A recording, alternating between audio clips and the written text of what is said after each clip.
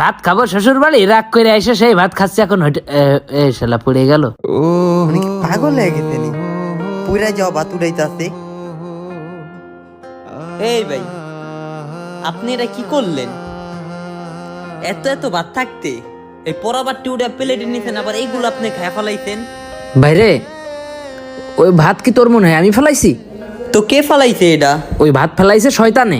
শয়তান? হ্যাঁ, শয়তান এমন একটা জিনিস আমাদের কখনো ভালো কিছু খাইতে দেয় না। যে ভাতগুলাই বরকত, হ্যাঁ, আল্লাহর রহমত, ওই ভাতটাই পড়ে যায়।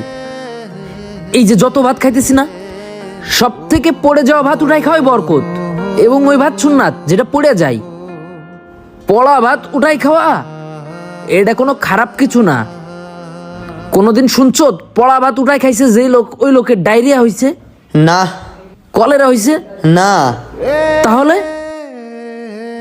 মানলাম ওইখানে ময়লা আছে, কিন্তু ওই রিজিকটার যখন আমি সম্মান দেখায় উঠায় খাইতেছি না, তখন ওইটা আল্লাহর তরফ থেকে যত মেলাই থাকুক না কেন, যত জীবাণুই থাকুক না কেন, ওইটা হালাল খাদ্যে পরিণত হয়ে যায়।